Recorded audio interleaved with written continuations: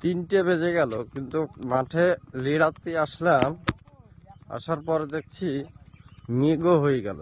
আজকের মনে হয় খরচটা মনে হয় হবে না, কারণ বৃষ্টি হলে বুঝতেই পারছেন নিড়ানো হবে না মাঠের কাজ।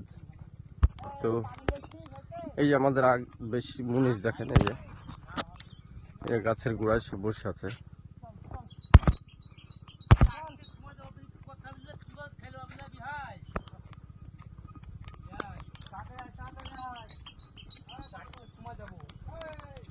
আম গাছের তলায় বসে বসে আম খাচ্ছে। আর যে দেখতে পাচ্ছেন যাচ্ছে এবার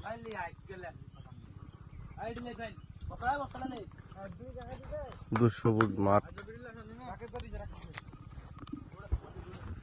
শুধু সবুজ মাঠ, শুধুই সবুজ মাঠ, মাঠে মাঠে আছে শুধু ঘাস আর ঘাস। পাটের ভুঁই ছাড়ানো কঠিন মিস্ত্রি লাগে, যেমন তেমন মুনিশ চলে না। এসব বাঘা বাঘা মুনিশ লেঞ্চাস ধরি। এই একবারে মুনিশটা এখানে আসো, আমাদের সাথে লিড়াবা।